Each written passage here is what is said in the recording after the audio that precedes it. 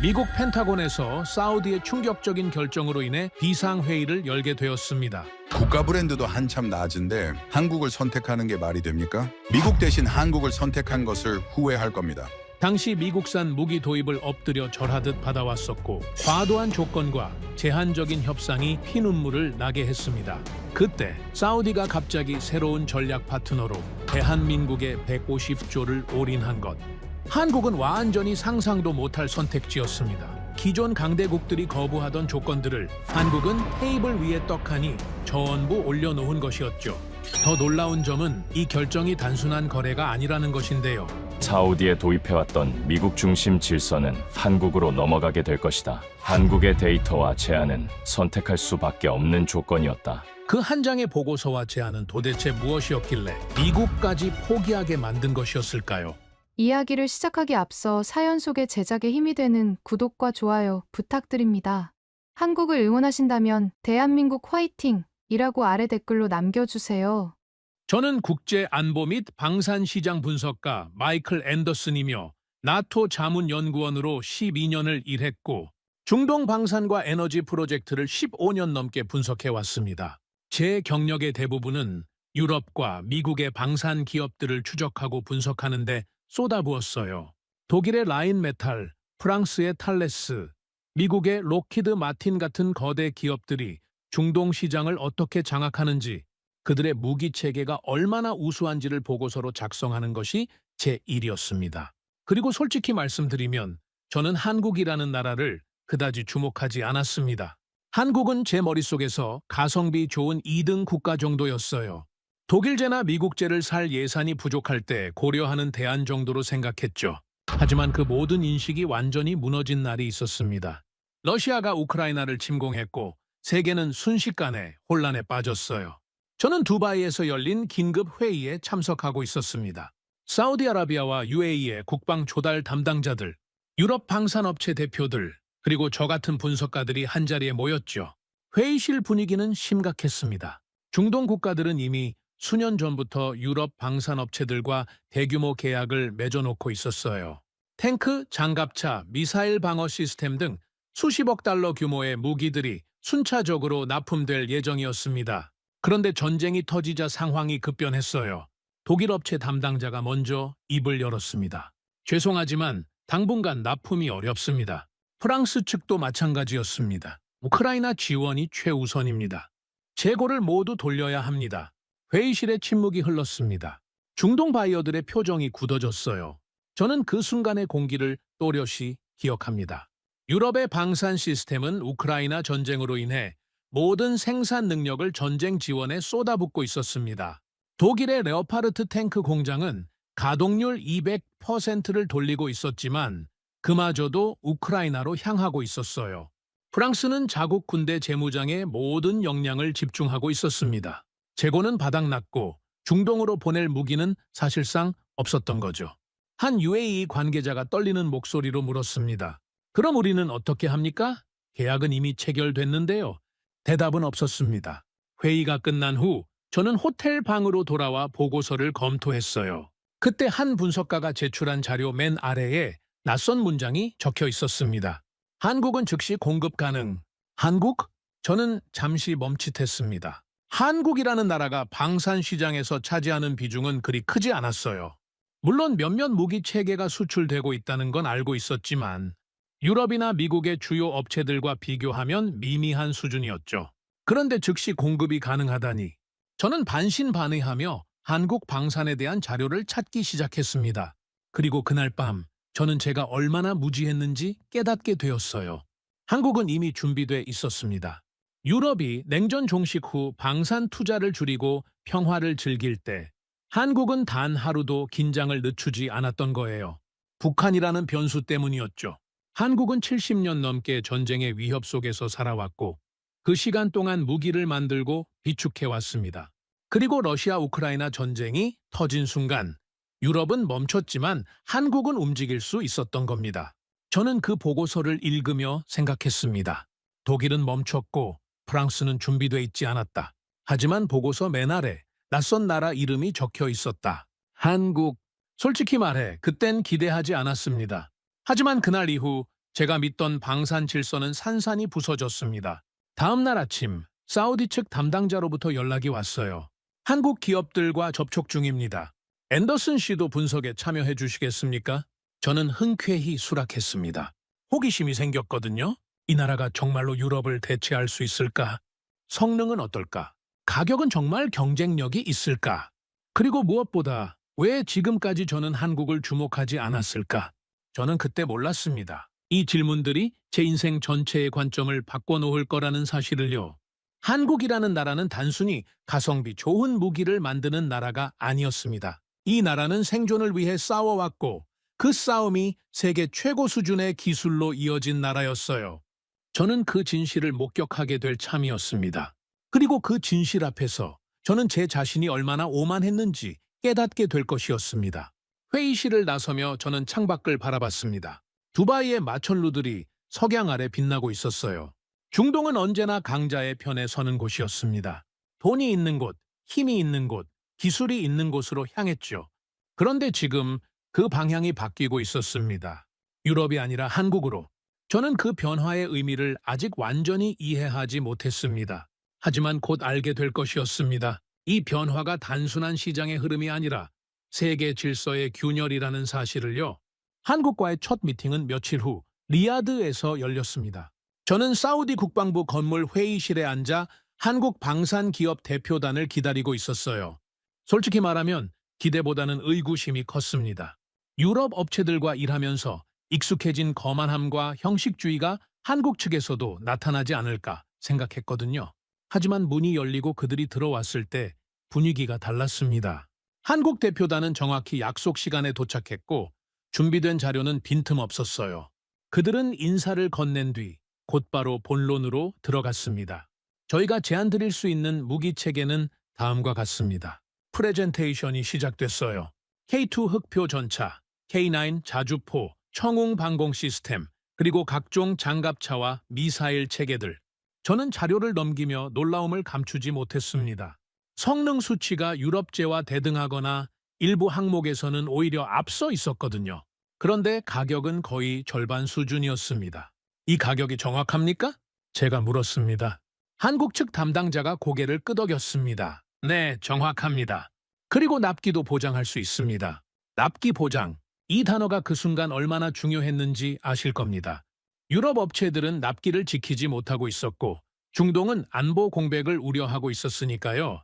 저는 회의가 끝난 후 호텔로 돌아와 한국 방산의 역사를 본격적으로 파헤치기 시작했습니다.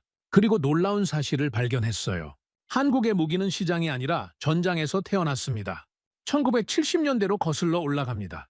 당시 미국 닉슨 대통령은 주한미군 철수를 논의하고 있었어요. 한국은 버림받을 위기에 처했습니다. 북한은 여전히 위협이었고 미국은 더 이상 믿을 수 없었죠. 한국 정부는 자주 국방을 선언했습니다. 스스로 무기를 만들겠다고 결심한 거예요. 하지만 문제가 있었습니다. 기술이 없었습니다. 선진국들은 한국에게 무기를 팔지언정 만드는 방법은 가르쳐주지 않았어요. 기술 이전은 철저히 거부됐습니다. 그래서 한국은 스스로 개발하기 시작했습니다. 실패하고 또 실패하고 그렇게 수십 년을 버텼어요. 제가 자료를 읽으며 가장 인상 깊었던 대목이 있습니다. 한국은 무기를 팔기 위해 만든 게 아니었다는 점입니다. 생존하기 위해 만들었어요. 북한이라는 실존적 위협 앞에서 선택의 여지가 없었던 겁니다. 이 나라의 방사는 선택이 아니라 강요였습니다. 그리고 그 강요 속에서 기술이 축적됐고 경험이 쌓였습니다. 유럽은 냉전이 끝난 후 평화를 즐겼습니다. 방산 투자는 줄어들었고 생산 라인은 축소됐어요. 이제 전쟁은 끝났다는 낙관론이 지배했죠. 하지만 한국은 달랐습니다. 북한은 여전히 위협이었고 한국은 단 하루도 긴장을 늦추지 않았어요. 매년 무기를 만들고 비축하고 개선했습니다. 그리고 러시아 우크라이나 전쟁이 터졌을 때 그 차이가 드러났습니다. 유럽은 준비돼 있지 않았어요. 재고는 바닥났고 생산 능력은 한계에 달했습니다. 하지만 한국은 준비돼 있었습니다. 비축된 무기가 있었고 생산 라인은 가동 중이었으며 수출할 여력이 있었어요. 저는 보고서를 읽으며 깨달았습니다. 한국 무기는 전쟁 상인이 만든 게 아니라 생존자가 만든 무기였습니다. 이익을 위해서가 아니라 살아남기 위해 만들어진 거예요. 그리고 그 절박함이 세계 최고 수준의 기술로 이어진 겁니다. 며칠 후 저는 한국 기업 관계자와 따로 만날 기회가 있었습니다. 커피를 마시며 저는 물었습니다. 한국은 왜 이렇게 빨리 움직일 수 있습니까? 유럽 업체들은 몇 년씩 걸리는 일을 몇 달 만에 해내시던데요? 그는 잠시 생각하더니 대답했습니다. 저희는 선택의 여지가 없었습니다. 빨리 움직이지 않으면 살아남을 수 없었으니까요. 그의 말투에는 자부심과 동시에 쓸쓸함이 묻어 있었습니다. 한국은 평화를 누린 적이 없었어요. 항상 위협 속에서 살아왔고 그 위협이 이 나라를 강하게 만들었습니다. 저는 그때 처음으로 한국이라는 나라를 다르게 보기 시작했습니다. 이 나라는 단순히 무기를 잘 만드는 나라가 아니었어요. 이 나라는 생존의 기술을 익힌 나라였습니다. 자원도 없고 땅도 작고 강대국에 둘러싸여 있지만 그럼에도 불구하고 살아남은 나라, 그리고 그 생존의 방식이 지금 세계가 필요로 하는 것이었습니다. 저는 호텔 방으로 돌아와 보고서를 작성했습니다. 한국 방산의 경쟁력은 가격이 아니라 준비성에 있다. 이들은 전쟁을 예상하지 않은 게 아니라 항상 전쟁을 대비해왔다. 유럽이 평화를 즐길 때 한국은 생존을 준비했다. 저는 그 보고서를 제출하며 생각했습니다. 세계는 지금 한국이 필요하다고, 오만한 강자가 아니라 준비된 생존자가 필요하다고. 그리고 한국은 바로 그런 나라였습니다. 몇 달이 흘렀습니다. 저는 폴란드 바르샤바 근교의 군사시험장에 서 있었어요. 2023년 초였고 유럽은 여전히 러시아의 위협 속에서 군비를 재정비하고 있었습니다. 폴란드는 대규모 전차 도입을 앞두고 있었고 최종 후보로 독일의 러파르트 2A7과 한국의 K2 흑표가 올라 있었죠. 저는 나토 자문으로 이 비교 평가에 참여하게 됐습니다. 솔직히 말하면 결과는 뻔하다고 생각했어요. 독일의 러파르트는 세계 최고의 전차로 인정받아왔고 실전 경험도 풍부했습니다. 한국의 K2는 아무리 좋아봤자 그에 준하는 수준이겠거니 생각했죠. 하지만 시험이 시작되자 제 예상은 빗나가기 시작했습니다. 첫 번째 테스트는 기동성이었어요. 두 전차가 같은 험지 코스를 주행했습니다. 러파르트는 안정적으로 움직였지만 K2는 그보다 빨랐습니다. 능동형 서스펜션 시스템이 지형에 맞춰 실시간으로 조정되면서 속도를 유지했거든요. 폴란드 군 관계자들이 웅성거리기 시작했습니다. 두 번째 테스트는 화력이었습니다. 레오파르트는 수동 장전 방식이라 분당 발사 속도가 제한적이었어요. 하지만 K2는 자동 장전 시스템을 갖추고 있었습니다. 분당 10발 이상의 포탄을 발사할 수 있었죠. 실전에서 이 차이는 생사를 가를 수 있는 요소였습니다. 그리고 세 번째 테스트, 방어 능력. K2에는 능동 방어 시스템이 탑재돼 있었어요. 날아오는 미사일을 감지하고 요격하는 시스템이었습니다. 시험장에서 모의 미사일이 발사됐고 K2의 시스템이 작동했습니다. 요격 성공? 러파르트에는 이런 시스템이 없었어요. 저는 옆에 서 있던 독일 업체 담당자의 표정을 봤습니다. 그는 입을 다물고 있었지만 눈빛에는 당혹감이 역력했습니다. 테스트가 끝나고 회의실에 모였을 때 폴란드 국방부 관계자가 물었습니다. 가격 차이는 어느 정도입니까? 한국 측 담당자가 답했습니다. 러파르트의 약 60% 수준입니다. 회의실이 술렁였어요. 성능은 대등하거나 우수한데 가격은 절반 수준이라니. 폴란드 측은 추가 질문을 이어갔습니다. 납기는요?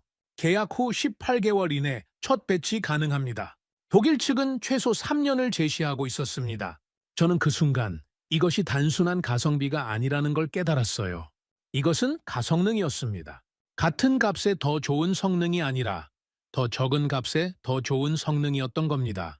회의가 끝난 후 저는 한국 기술진과 이야기를 나눴습니다.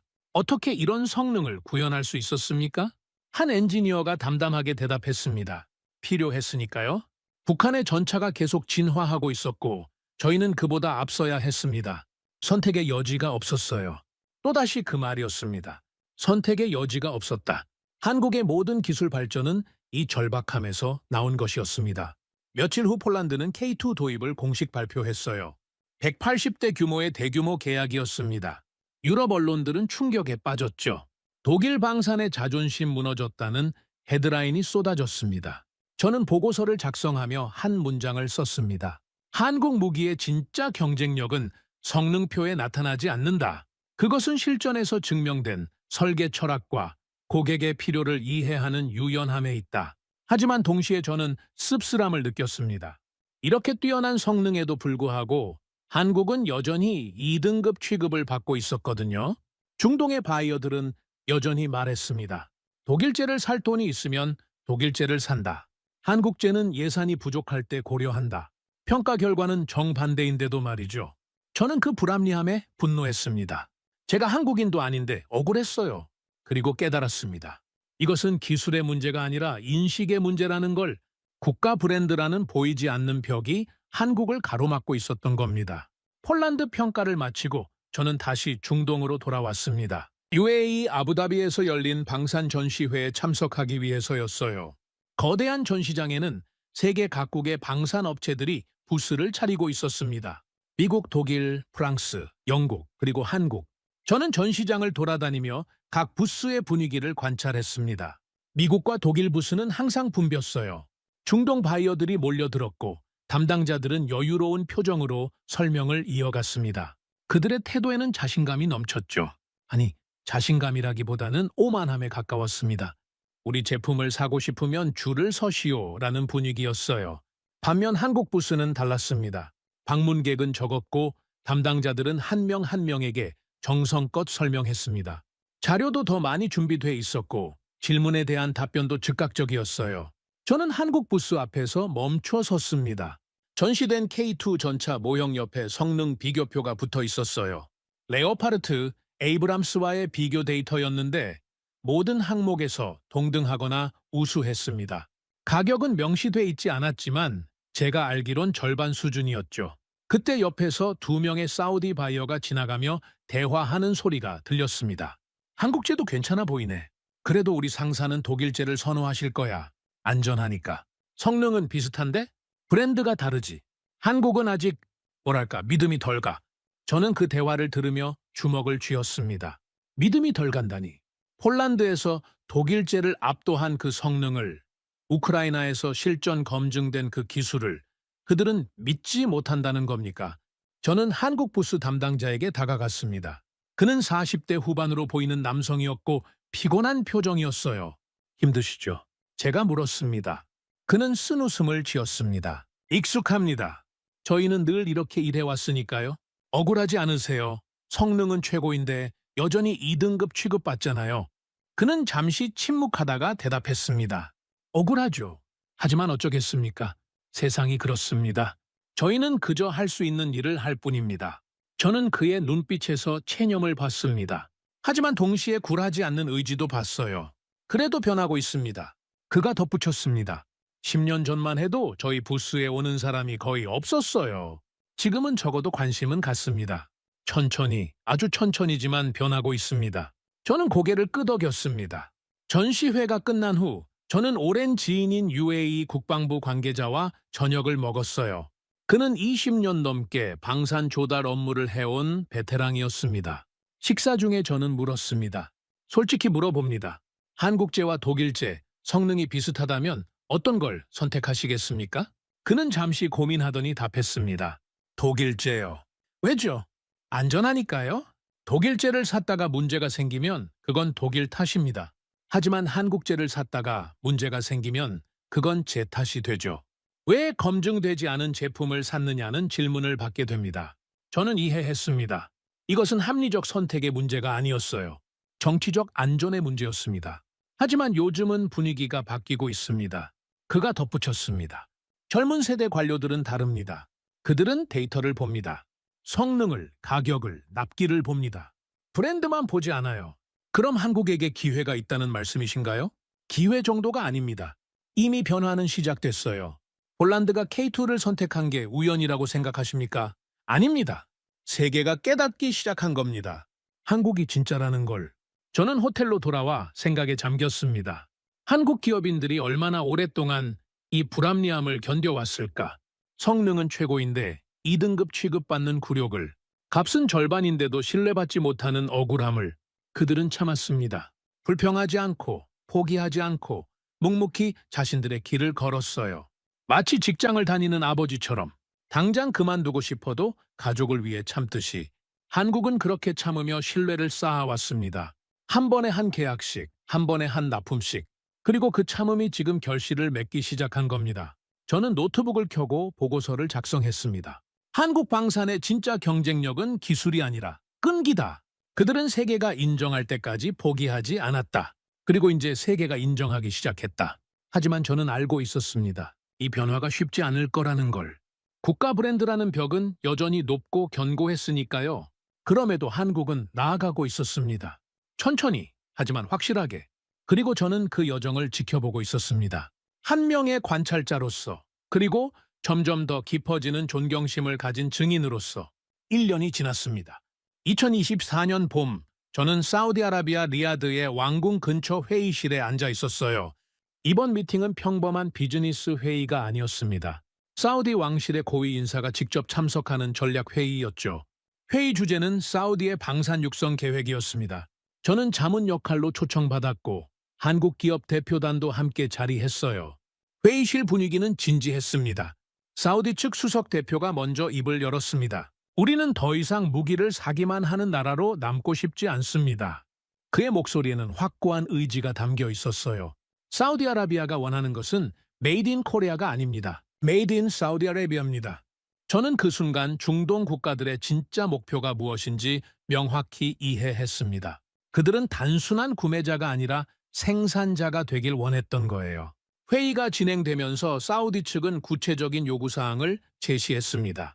기술 이전, 현지 공장 설립, 사우디 엔지니어 교육, 공동 연구 개발. 이것은 단순한 무기 판매 계약이 아니었습니다. 산업 전체를 이식하는 프로젝트였죠. 저는 속으로 생각했습니다. 미국이나 유럽 기업들이라면 이런 제안을 받아들일까? 답은 뻔했습니다. 절대 받아들이지 않을 겁니다. 실제로 몇 년 전 사우디가 미국 기업에 비슷한 제안을 했을 때 거절당했다는 이야기를 들은 적이 있었어요. 미국 측 답변은 단호했습니다. 우리는 완제품을 판매합니다. 기술은 판매 대상이 아닙니다. 독일도 마찬가지였습니다. 프랑스도 크게 다르지 않았어요. 선진국들은 기술을 자신들만의 자산으로 지키려 했습니다. 그것이 그들의 경쟁력이었고 시장 지배력의 원천이었으니까요. 하지만 한국은 달랐습니다. 한국 측 대표가 대답했습니다. 기술 이전은 가능합니다. 현지 생산시설 구축도 협력하겠습니다. 사우디 엔지니어들을 한국으로 초청해 교육 프로그램도 운영하겠습니다. 회의실에 잠시 정적이 흘렀어요. 사우디 측 인사들의 표정이 밝아졌습니다. 저는 그들의 반응을 보며 깨달았습니다. 이것이 바로 한국이 선택받는 결정적 이유였구나. 회의가 끝난 후 저는 사우디 국방부 차관과 개별 면담 기회를 가졌습니다. 그는 솔직하게 말했어요. 앤더슨 씨, 솔직히 말씀드리겠습니다. 우리는 미국이 싫어졌습니다. 저는 놀라서 그를 바라봤습니다. 왜 그렇게 생각하십니까? 그가 깊은 한숨을 쉬었습니다. 미국은 우리를 파트너로 보지 않습니다. 영원한 고객으로만 봅니다. 무기를 팔지만 만드는 법은 절대 가르쳐주지 않죠. 우리가 영원히 의존하길 원합니다. 그의 목소리에는 오랜 불만이 담겨 있었어요. 독일도 마찬가지입니다. 그들은 기술을 신성한 무언가처럼 여깁니다. 절대 나눠주지 않아요. 일본은요? 더 심합니다. 대화조차 진전이 안 됩니다. 저는 고개를 끄덕였습니다. 그가 말한 것이 사실이었으니까요. 하지만 한국은 다릅니다. 그의 표정이 부드러워졌습니다. 한국 사람들은 우리 입장을 이해합니다. 왜냐하면 그들도 과거에 똑같은 경험을 했으니까요. 기술을 받지 못해 고통받았던 나라, 선진국들에게 무시당했던 나라.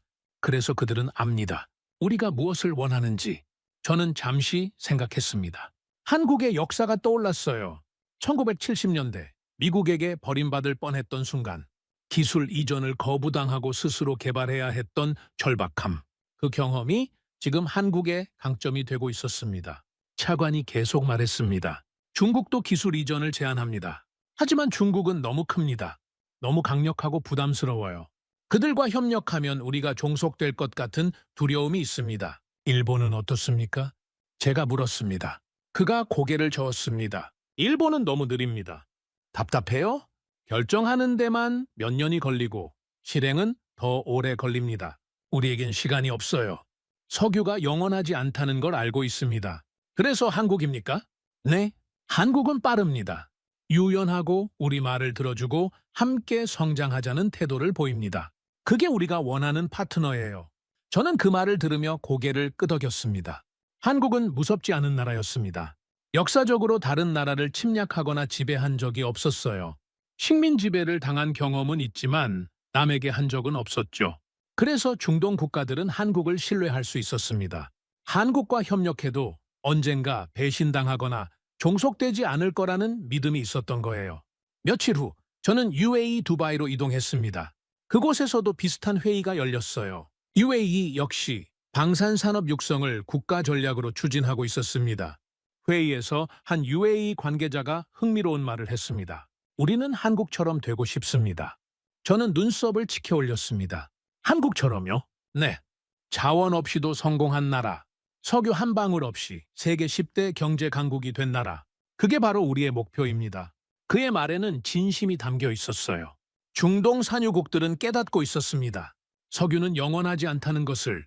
세계가 탈탄소를 외치고 전기차가 확산되고 재생에너지가 성장하는 시대, 석유에만 의존하는 경제는 언젠가 무너질 수밖에 없다는 걸 알고 있었던 거죠. 그래서 그들은 한국을 주목했습니다. 자원 없이도 제조업으로 기술로 성공한 나라, 바로 그 모델을 배우고 싶어 했어요. 한국은 어떻게 했습니까? UAE 관계자가 물었습니다. 어떻게 자원 없이 성공할 수 있었습니까? 저는 잠시 생각한 후 대답했습니다. 선택의 여지가 없었기 때문입니다. 한국은 가난했고 전쟁의 폐허 위에 서 있었어요. 자원도 없고 자본도 없고 기술도 없었습니다. 하지만 포기하지 않았습니다. 배우고 만들고 실패하고 다시 일어섰습니다. 50년 동안 그렇게 했습니다.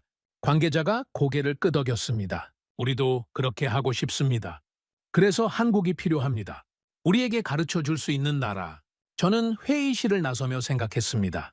한국이 중동에서 선택받는 이유는 단순히 좋은 무기 때문이 아니었습니다. 한국이라는 나라 자체가 하나의 모델이었기 때문이에요. 불가능을 가능으로 만든 나라, 자원의 저주를 극복하고 기술로 승부한 나라, 그리고 그 과정에서 얻은 지혜를 나눌 줄 아는 나라.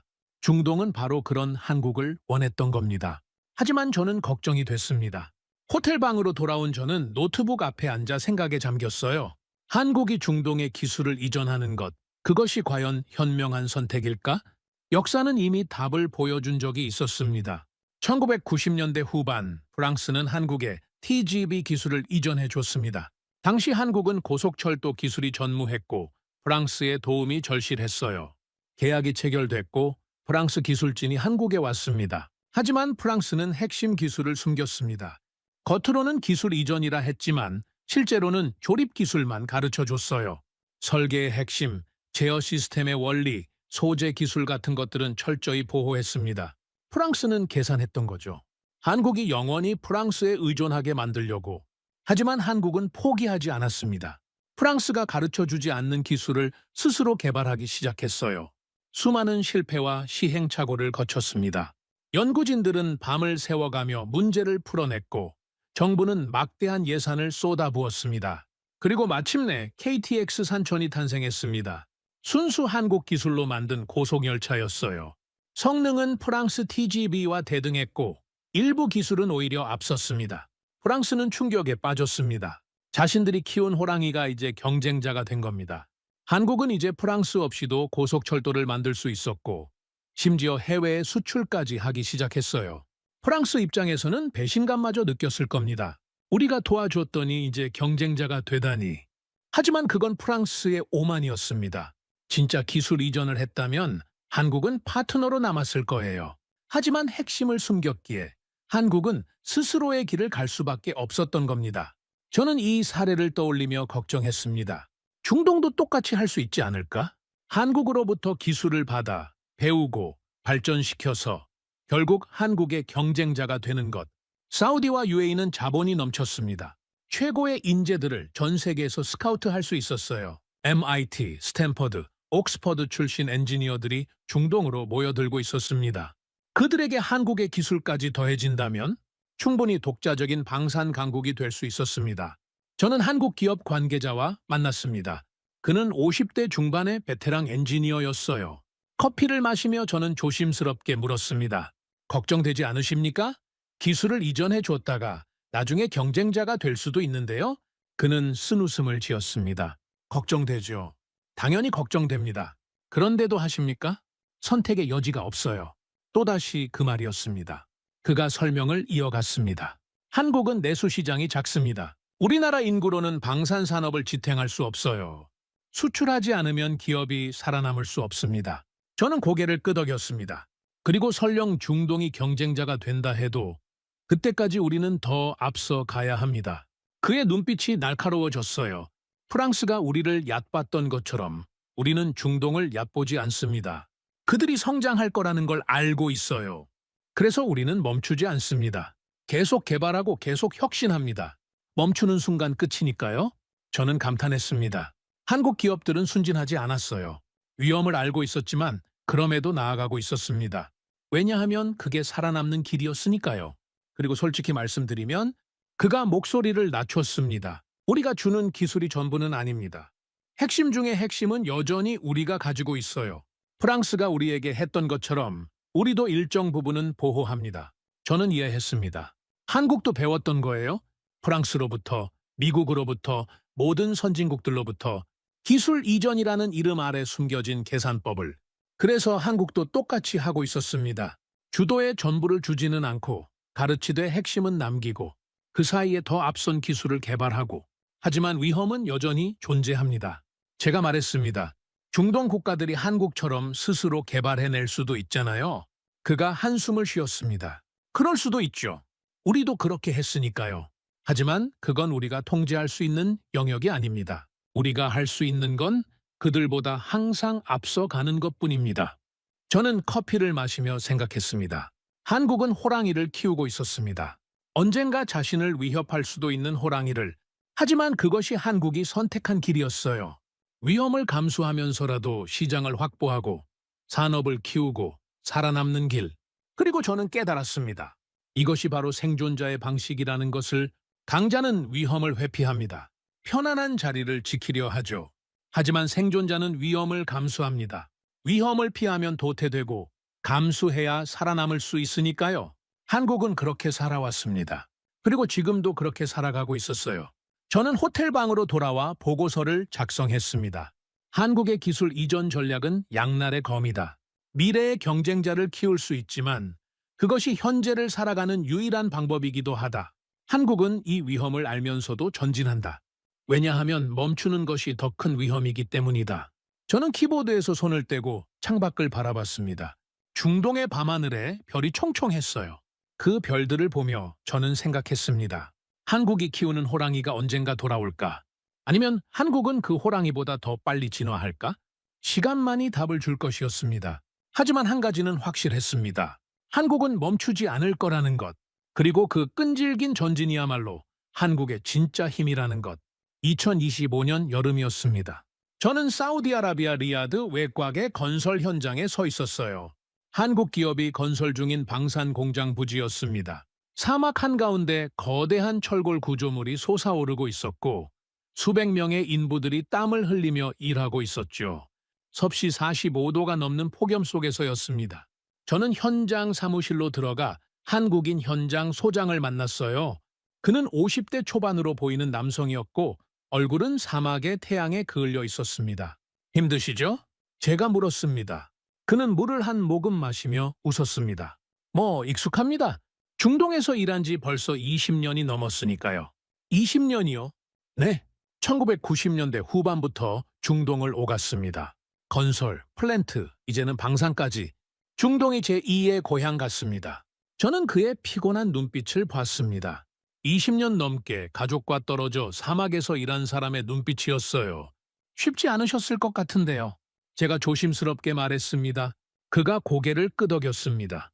솔직히 말씀드리면 중동 일은 정말 힘듭니다. 문화도 다르고 날씨도 극단적이고 요구사항도 까다롭습니다. 그는 잠시 말을 멈췄다가 이어갔습니다. 그리고 때로는 굴욕적이기도 합니다. 굴욕적이라니요? 갑질이라고 해야 할까요? 중동 발주처들은 때때로 우리를 함부로 대합니다. 계약 조건을 일방적으로 바꾸려 하고 무리한 요구를 하고 납기를 앞당기라고 압박합니다. 그의 목소리에 쌓인 피로가 묻어났어요. 한 번은 거의 완성된 설계를 갑자기 바꾸라고 했습니다. 몇 달치 작업을 다시 해야 했죠. 항의했지만 소용없었습니다. 싫으면 계약 취소하자는 식이었어요.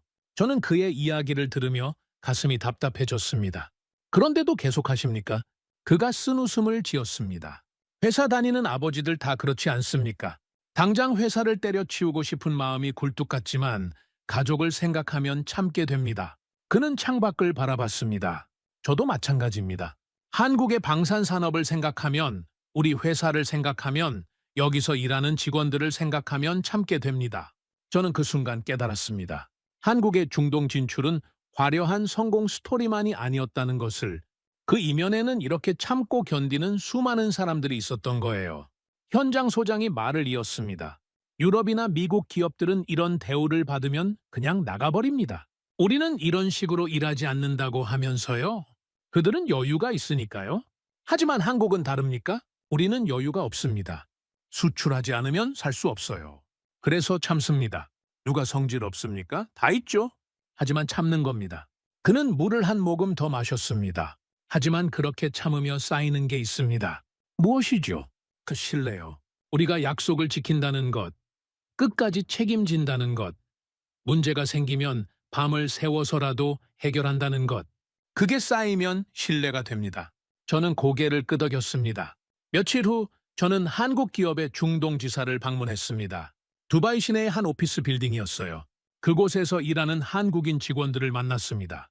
20대 후반부터 50대까지 다양한 연령대의 사람들이 있었죠. 점심시간에 그들과 함께 식사하며 이야기를 나눴습니다. 한 30대 초반의 엔지니어가 말했습니다. 솔직히 중동 생활이 쉽지는 않습니다. 가족과 떨어져 있어야 하고 문화적 차이도 크고 여름에는 너무 덥고요. 그런데도 여기 계시는 이유가 있습니까? 제가 물었습니다. 한국에서는 제 기술이 필요한 곳이 많지 않습니다. 하지만 여기서는 필요로 합니다. 그리고 솔직히 보람도 있어요. 우리가 만든 제품이 실제로 사용되는 걸 보면 뿌듯합니다. 다른 직원이 거들었습니다. 그리고 우리는 한국을 대표한다는 자부심이 있습니다. 여기서 우리가 어떻게 하느냐에 따라 한국의 이미지가 결정되니까요. 저는 그들의 눈빛에서 무언가를 봤습니다. 피로와 외로움도 있었지만 동시에 사명감과 자부심도 있었어요. 저녁에 저는 한 한국 기업의 중동 총괄이사와 만났습니다. 그는 60대 초반으로 30년 넘게 해외 사업을 해온 베테랑이었어요. 고급 레스토랑에서 식사를 하며 저는 물었습니다. 중동 바이어들은 한국을 어떻게 보고 있습니까? 그가 잠시 생각하더니 대답했습니다. 변하고 있습니다. 10년 전만 해도 우리는 완전히 무시당했어요. 미팅 약속을 잡아도 기다리게 하고 계약 조건은 일방적이고 대우도 좋지 않았습니다. 지금은요? 지금은 파트너로 봅니다. 물론 아직도 미국이나 유럽만큼은 아니지만 예전과는 확실히 다릅니다. 무엇이 바뀌게 했습니까? 그가 미소 지었습니다. 우리가 약속을 지켰기 때문입니다. 납기를 맞췄고 품질을 보장했고 문제가 생기면 즉시 해결했습니다. 10년, 20년 그렇게 하니까 신뢰가 쌓인 겁니다. 저는 그의 말을 들으며 고개를 끄덕였습니다. 그리고 한국 사람들은 정이 많습니다. 그가 덧붙였습니다. 우리는 단순히 물건을 팔고 돈을 받는 관계를 넘어서려고 합니다. 중동 파트너들의 생일을 챙기고 그들의 문화를 존중하고 라마단 기간에는 함께 금식을 하기도 합니다. 그런 노력이 통합니까? 통합니다. 중동 사람들도 사람입니다. 진심은 통하게 돼 있어요. 저는 식사를 마치고 호텔로 돌아오는 길에 생각했습니다. 한국의 중동 진출 성공은 기술이나 가격만의 문제가 아니었습니다. 그 이면에는 수많은 사람들의 인내와 헌신이 있었어요. 굴욕을 참아내고 문화적 차이를 극복하고 신뢰를 쌓아온 사람들. 그들이 있었기에 지금의 한국이 가능했던 겁니다. 저는 노트북을 열고 보고서를 작성했습니다. 한국의 중동 진출은 화려해 보이지만 그 이면에는 수많은 사람들의 눈물과 땀이 있다. 그들은 참았다. 불합리함에도, 굴욕에도, 외로움에도. 그리고 그 참음이 신뢰로 바뀌었고 신뢰가 성공으로 이어졌다. 다음 날 저는 한국 기업의 중동 고객 서비스 센터를 방문했습니다. 24시간 운영되는 곳이었어요. 중동 시간대에 맞춰 한국인 엔지니어들이 교대로 근무하고 있었습니다. 센터장이 설명했습니다. 중동 고객들이 문제를 제기하면 즉시 대응합니다. 밤이든 낮이든 상관없이 달려갑니다. 미국이나 유럽 기업들은 어떻습니까? 그들은 정해진 근무 시간에만 대응합니다. 주말이나 휴일에는 연락이 안 되는 경우도 많고요. 그래서 한국 기업이 선호되는 겁니까? 그렇습니다. 우리는 빠릅니다. 유연하고요. 중동 바이어들이 좋아하는 부분입니다. 저는 센터를 둘러보며 야근하는 직원들을 봤습니다. 피곤한 얼굴이었지만 누구도 불평하지 않았어요. 그들은 묵묵히 자기 일을 하고 있었습니다. 저는 그 모습을 보며 깨달았습니다. 한국의 경쟁력은 기술만이 아니라는 것을. 끝까지 책임지는 태도, 빠른 대응, 고객을 위한 헌신, 그것이 한국을 선택하게 만드는 진짜 이유였습니다. 2026년 1월, 저는 서울에 있었습니다. 에나토 자문 업무차 한국을 방문하게 된 겁니다. 15년 넘게 중동 방산 시장을 분석하면서도 정작 한국 본토를 방문하는 건 이번이 처음이었어요. 인천공항에 내렸을 때 저는 긴장했습니다. 그동안 보고서로만 분석하던 나라를 이제 직접 보게 되는 거니까요. 공항에서 서울로 향하는 고속도로를 달리며 저는 창밖을 바라봤습니다.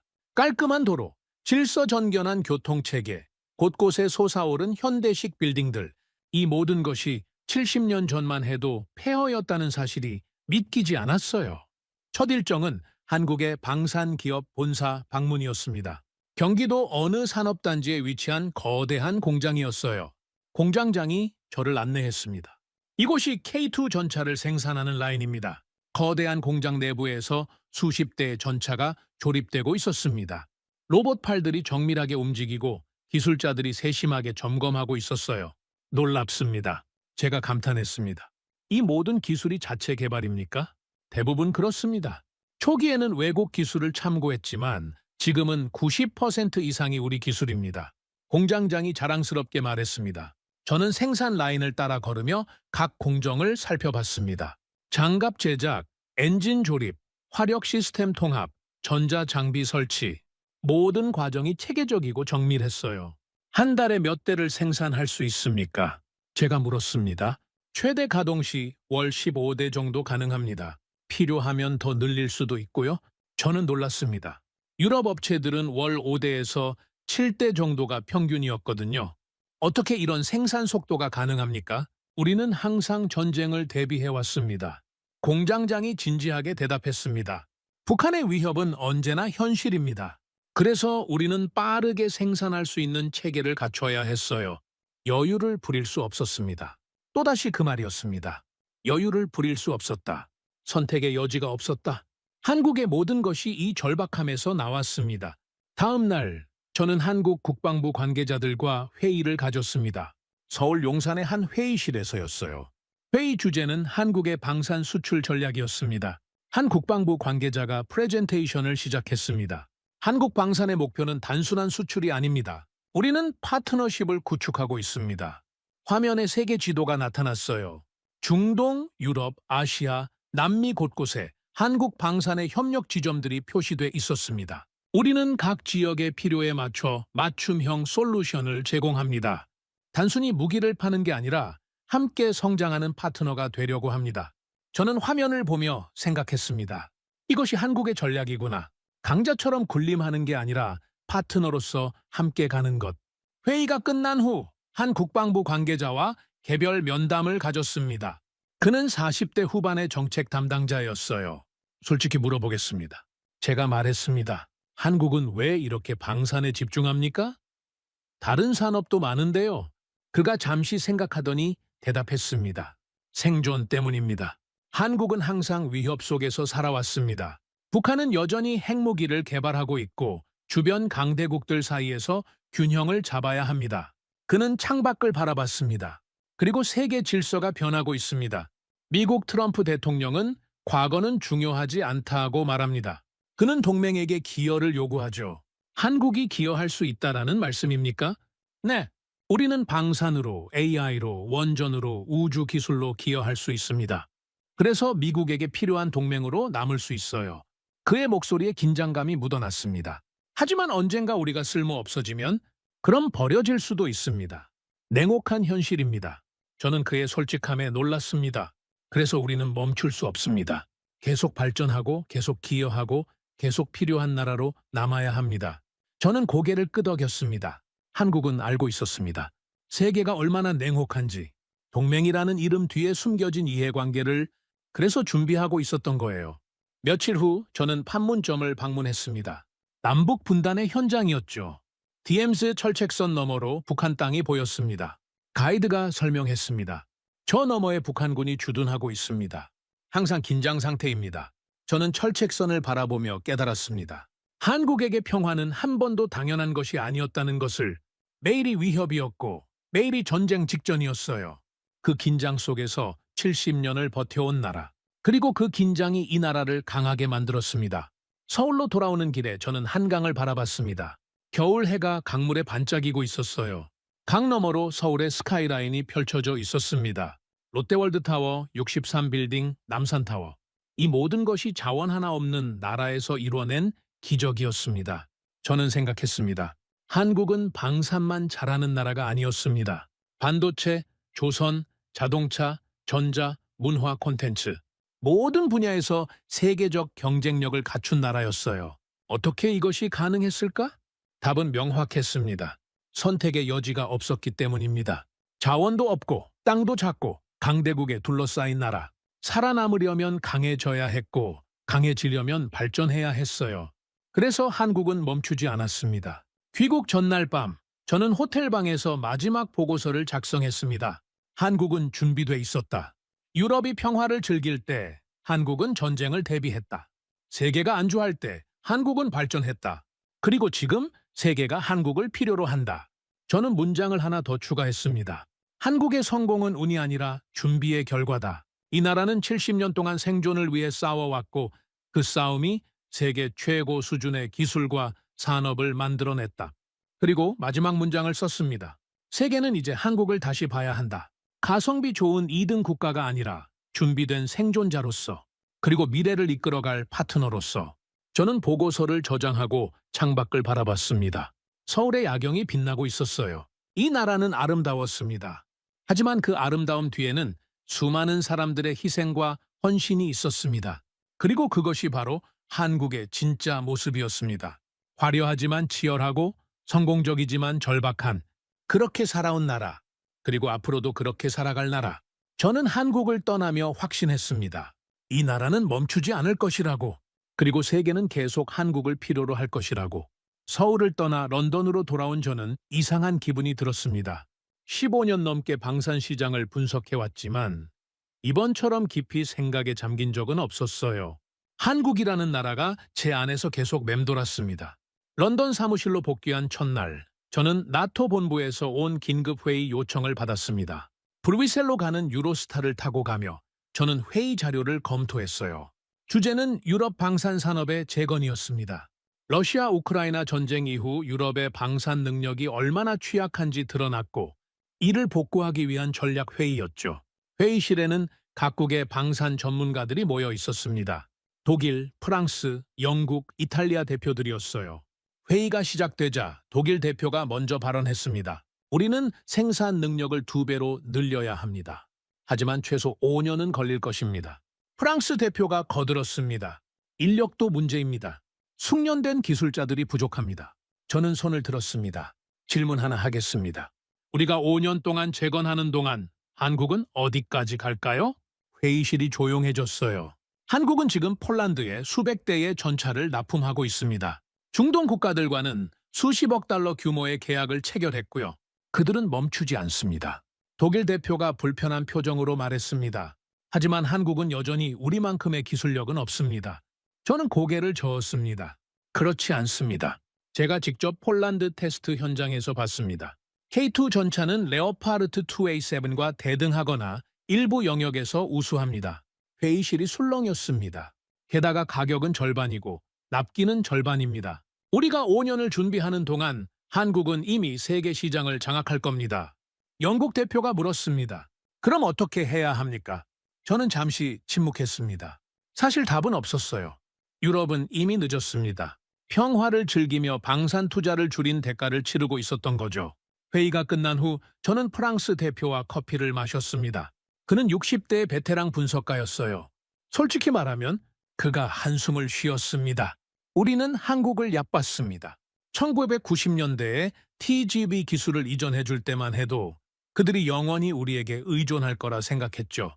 하지만 그들은 독립했습니다. 제가 말했습니다. 그렇습니다. 우리가 핵심 기술을 숨겼는데도 그들은 스스로 만들어냈어요. 지금 KTX는 TGV와 대등합니다. 어떤 면에서는 더 낫고요. 그가 쓴웃음을 지었습니다. 우리는 호랑이를 키웠습니다. 그리고 이제 그 호랑이가 우리를 위협하고 있어요. 저는 그의 말을 들으며 생각했습니다. 중동도 똑같이 하려는 게 아닐까. 한국으로부터 기술을 받아 배우고 발전시켜서 결국 독립하는 것. 하지만 한국은 알면서도 그 길을 가고 있었습니다. 왜일까? 며칠 후 저는 미국 국방부 관계자와 화상회의를 했습니다. 그는 워싱턴에서 동아시아 안보를 담당하는 고위 관료였어요. 한국의 방산 수출이 미국의 이익에 부합한다고 보십니까?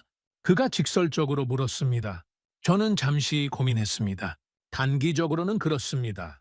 한국이 유럽과 중동에 무기를 공급함으로써 미국의 동맹국들이 러시아와 중국에 대항할 수 있습니다. 장기적으로는요? 문제가 될 수 있습니다. 한국이 너무 강해지면 미국에 덜 의존하게 될 겁니다. 그가 고개를 끄덕였습니다. 그게 바로 우리가 걱정하는 부분입니다. 저는 그의 표정을 살폈습니다.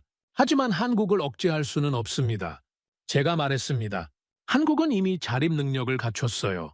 기술도 있고 생산 능력도 있고 시장도 확보했습니다. 미국이 압박하면 그들은 다른 길을 찾을 겁니다. 다른 길이라니요? 중동과의 관계를 더욱 강화하거나 유럽과의 독자적인 협력을 확대하거나 어쩌면 미국 없이도 살아남을 준비를 할 겁니다. 그가 침묵했습니다. 저는 계속 말했습니다. 한국은 이미 한 번 버림받을 뻔했습니다. 1970년대 미국이 주한미군 철수를 논의했을 때 그때 한국은 배웠어요. 동맹도 믿을 수 없다는 것을. 그래서 스스로 강해졌습니다. 그래서 우리가 어떻게 해야 합니까? 그가 물었습니다. 저는 솔직하게 대답했습니다.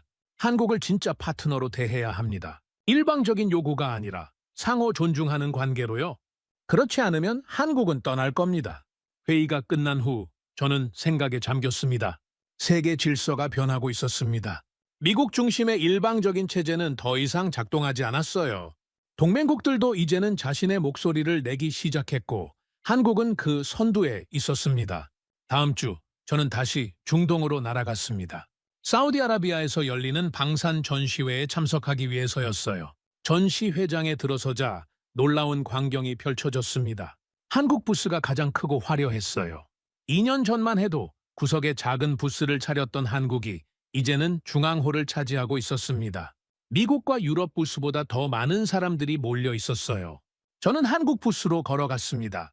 그곳에서 예전에 만났던 한국 기업 담당자를 다시 만났습니다.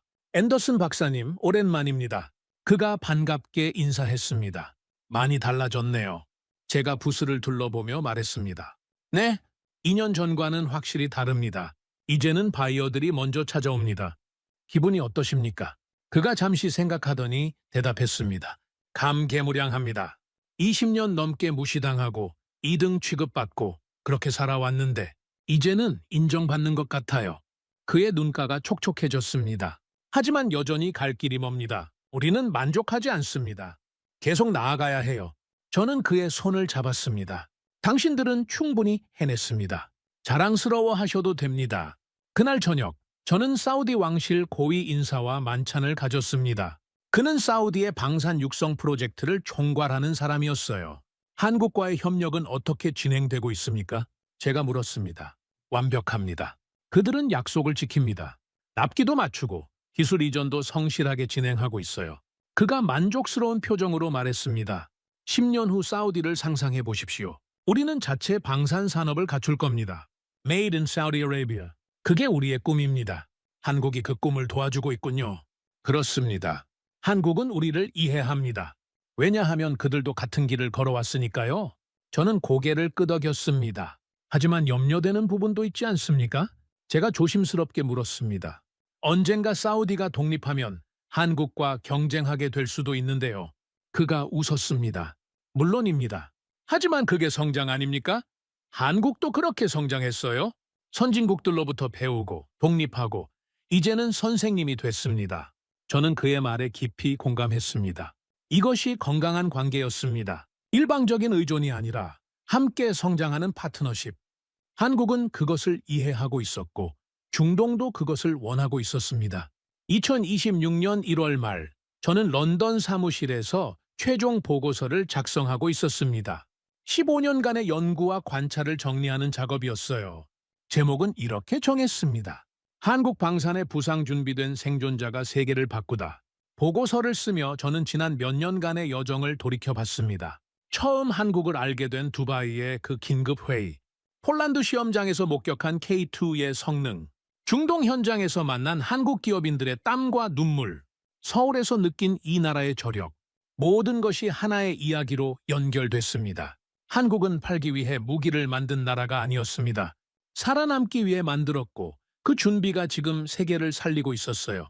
저는 키보드를 두드리며 핵심 내용을 정리했습니다. 첫째, 한국의 성공은 운이 아니라 준비의 결과입니다. 70년 동안 북한의 위협 속에서 살아오며 단 하루도 긴장을 늦추지 않았어요. 유럽이 평화를 즐길 때 한국은 전쟁을 대비했습니다. 그 차이가 러시아 우크라이나 전쟁에서 드러났습니다.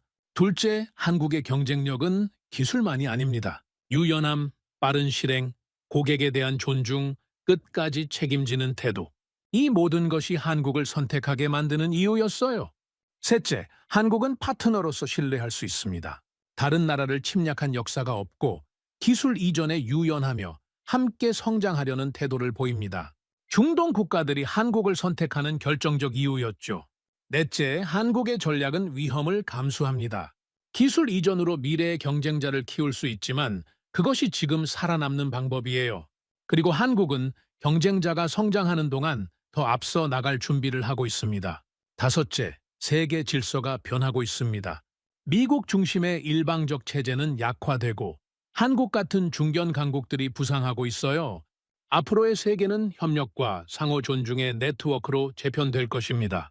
저는 보고서를 쓰며 한 가지 확신하게 됐습니다. 한국의 성공은 단순한 방산 산업의 부상이 아니라는 것. 이것은 하나의 모델이었습니다.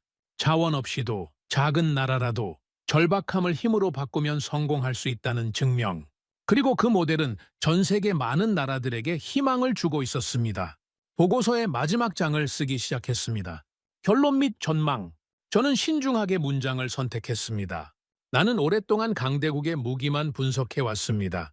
나토 자문으로 12년, 중동 방산 분석가로 15년을 일하며 미국과 유럽의 무기 체계가 세계 최고라고 믿어왔습니다. 하지만 지금 세계가 필요로 하는 것은 오만한 강자가 아니라 준비된 생존자입니다. 한국은 팔기 위해 무기를 만든 나라가 아닙니다. 살아남기 위해 만들었고 그 준비가 지금 세계를 살리고 있습니다. 저는 잠시 손을 멈추고 창밖을 바라봤습니다. 런던의 겨울 하늘이 잿빛으로 물들어 있었어요. 하지만 제 마음속에는 희망이 있었습니다. 한국이 보여준 가능성, 작은 나라도 자원이 없어도 절박함을 힘으로 바꾸면 세계를 바꿀 수 있다는 증명. 저는 다시 키보드를 두드렸습니다. 한국의 미래는 밝습니다. 하지만 그 밝은 미래는 저절로 오지 않을 것입니다. 한국은 계속 달려야 합니다. 멈추는 순간 추월당할 테니까요. 중동 국가들은 성장하고 있고 중국은 추격하고 있으며 미국과 유럽도 재건을 시작했습니다. 하지만 저는 한국을 믿습니다. 왜냐하면 이 나라는 70년 동안 그렇게 살아왔으니까요. 절박함 속에서 희망을 찾고 위기 속에서 기회를 만들고 불가능을 가능으로 바꿔온 나라. 그리고 무엇보다 멈추지 않는 나라. 저는 마지막 문장을 썼습니다. 한국은 이제 선택받는 나라가 아니라 기준이 되는 나라입니다. 보고서를 저장하고 저는 깊은 숨을 내쉬었습니다. 이것이 제가 15년간 관찰한 한국의 진실이었습니다. 며칠 후 보고서는 나토 본부와 주요 방산 기업들에 배포됐습니다. 반응은 뜨거웠어요. 어떤 이들은 충격받았고 어떤 이들은 반발했으며 어떤 이들은 깊이 공감했습니다. 독일의 한 분석가로부터 이메일이 왔습니다. 당신의 보고서를 읽고 충격받았습니다. 우리가 얼마나 안주했는지 깨달았어요. 프랑스의 한 국방부 관계자는 이렇게 썼습니다. 우리는 한국을 과소평가했습니다. 이제는 배울 때입니다. 하지만 가장 인상 깊었던 반응은 한국에서 왔습니다. 제가 서울에서 만났던 그 국방부 관계자가 이메일을 보냈어요. 앤더슨 박사님, 보고서 잘 읽었습니다. 외국인의 시각에서 본 한국이 새로웠습니다. 감사합니다. 하지만 한 가지 말씀드리고 싶습니다. 우리는 아직 만족하지 않습니다. 갈 길이 멉니다. 우리는 계속 달릴 겁니다. 왜냐하면 그게 우리가 살아온 방식이고 살아갈 방식이니까요. 저는 그 이메일을 읽으며 미소 지었습니다. 바로 그거였습니다. 한국의 진짜 힘, 만족하지 않고 멈추지 않고 계속 나아가는 것. 2026년 2월 초, 저는 마지막으로 중동을 방문했습니다. UAE에서 한국 기업들과 중동 바이어들이 모이는 포럼이 열렸거든요. 포럼장에 들어서자 놀라운 광경이 펼쳐졌습니다. 한국어 통역 부스가 여러 개 설치돼 있었고 한국 국기가 중앙에 걸려 있었어요. 2년 전만 해도 상상할 수 없는 모습이었습니다. 포럼이 시작되자 UAE 국방부 장관이 개회사를 했습니다. 한국은 우리의 파트너입니다.